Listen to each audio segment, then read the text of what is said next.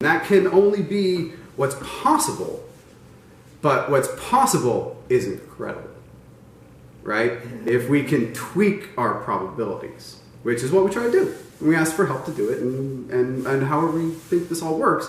But the idea is that there's a future, and if that future is possible, and you are visualizing yourself there, what you're doing is you're collapsing that wave. You see that? You're trying to, because your consciousness is trying to vibrate into the timeline where that happens, right? And your unconscious mind, knowing that you want that, assuming that you did everything correctly or what have you, then brings that about in however that is possible to manifest. And when we talk about manifestation, ultimately, really what we're arguing about is the word synchronicity. Is it synchronicity or is it coincidence? You know, coincidence says it's all random, it doesn't matter. Synchronicity, according to Jung, is that, yeah, it was a coincidence that was meaningful. A meaningful coincidence. It's the only difference. And as magicians, especially when we invite synchronicity into our lives and we start to notice it more, you know, it just happens more. Or maybe we were paying attention, it was there all along. I mean, who can say? But, you know what I'm talking about. You know, other magicians know exactly what I'm talking about. The more you do it, the more it happens, and then it feeds itself, and it becomes this whole... You end up meeting all these crazy people you never thought you were going to meet, and you end up standing in front of them talking about this stuff. So, okay, so... anyway, so we were talking about that. It manifests as synchronicity. Well, another thing to think about vibration that's interesting is that while everything is vibration, everything, whether it's fast or slow, is some tone, right, or tune or what have you.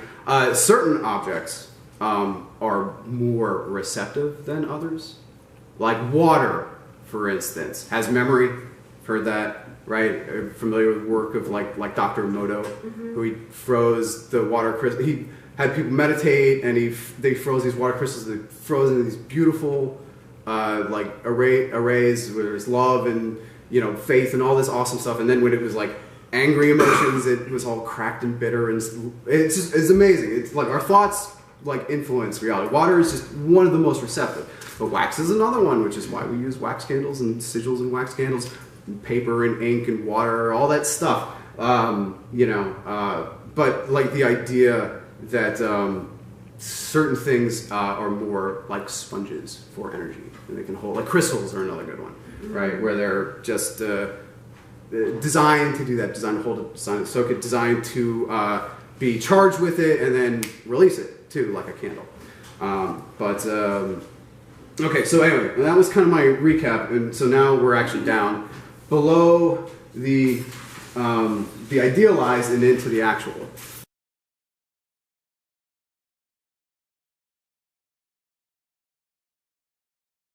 Right, where we're actually starting to get to, well, I don't know, kind of the more interesting stuff in you know, what the interplay of, you know, I don't know, human existence or whatever. So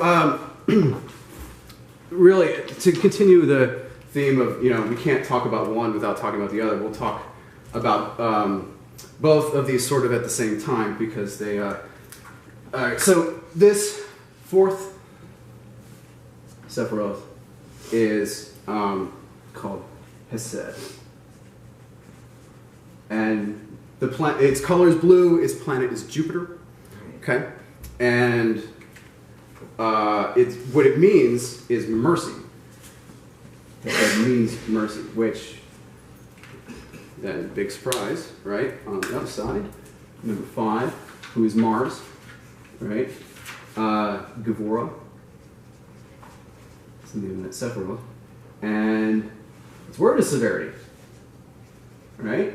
So we even see the severity of mercy right there, right? Okay, so I think you guys are familiar with who Mars is, right? Martial god, you know. When we were talking about the planets and their call signs or whatever, right? Their mottos, you know. Mars says, "I act." So this is about action, right? The dynamic aspects. Severe, where this is merciful in the sense of like, so oftentimes when we're talking about God forms, what we're talking about is Jupiter, when we're talking about the man in the clouds who bestows generosity on all. Like, generosity is sort of like, because I grow is Jupiter's words, right? So generosity is sort of like his thing, right? Energetically speaking, when you feel generous, because that's something you can't fake, you feel generous or you feel someone's been generous to you, that's Jupiter's work, right? Now, we can also ascribe all this stuff to Jupiter, though. It doesn't have to be the fluffy man in the clouds. Thor is Jupiterial in the thunderbolt kind of way, as Zeus is in the thunderbolt kind of way. But so is Santa Claus. Santa Claus is Jupiter, right? He's the all-seeing, you know, gives you gifts when you're good kind of thing. You know, and I think that's why we don't have a huge problem slotting Santa Claus into Christmas. Because he's very...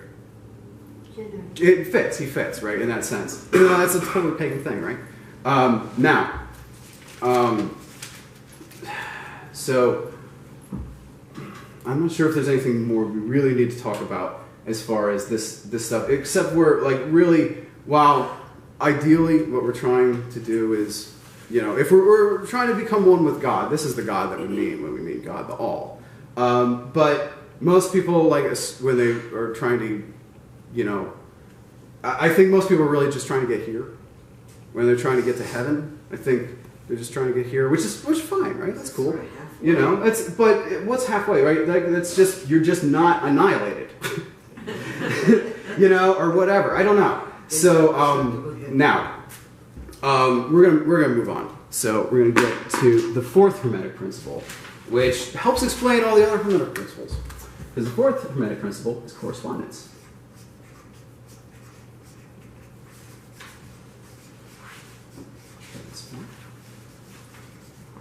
Oh, correspondence. All right, so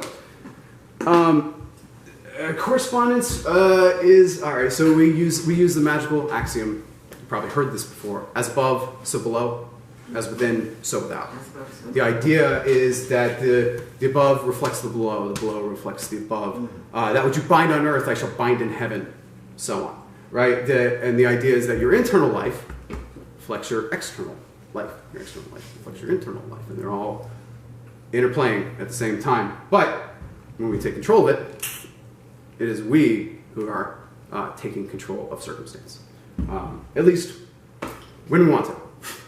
It's okay to not be in control of circumstance because you really can't ever do that 100% anyway, so I don't see the point.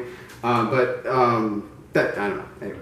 So, so to talk about correspondence as above, so below. Another way to think about this is a sort of fractal way, right? That the entire sigil, the entire tree of life is in each Sephiroth. Each Sephiroth is in the tree of life. You might even be able to take the whole tree and put it on each path.